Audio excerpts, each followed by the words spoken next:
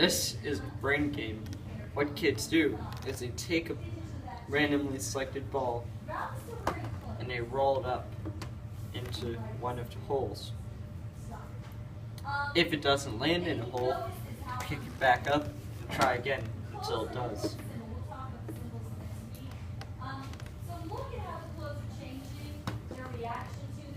Each hole is worth 1 point.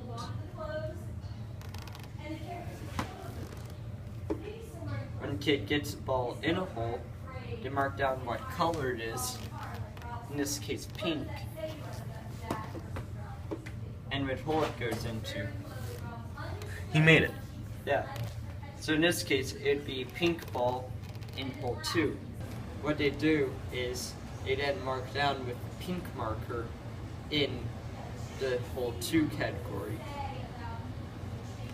We then found the given probabilities for theoretical.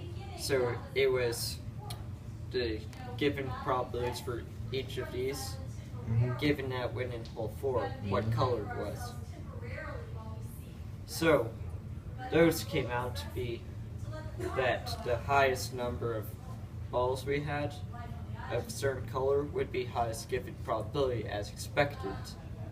However, when we did the experimental probability, it was found that that was not the case. Pink, which had the highest theoretical probability, instead had the lowest experimental probability.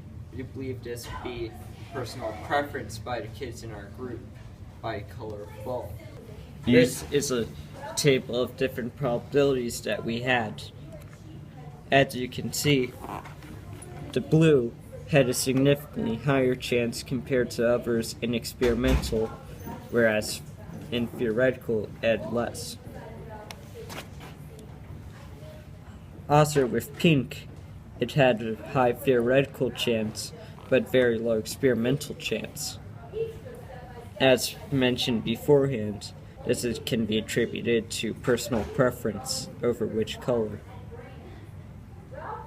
The probability of holes were vastly different for the experimental than theoretical, as almost all of the balls went in hole 4, whereas in the theoretical probability, all the balls were supposed to go into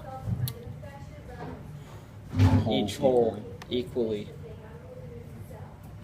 We contribute this to a slope that we could not fix in the game. For science, we had kids take one piece of Play-Doh, make that into a sphere.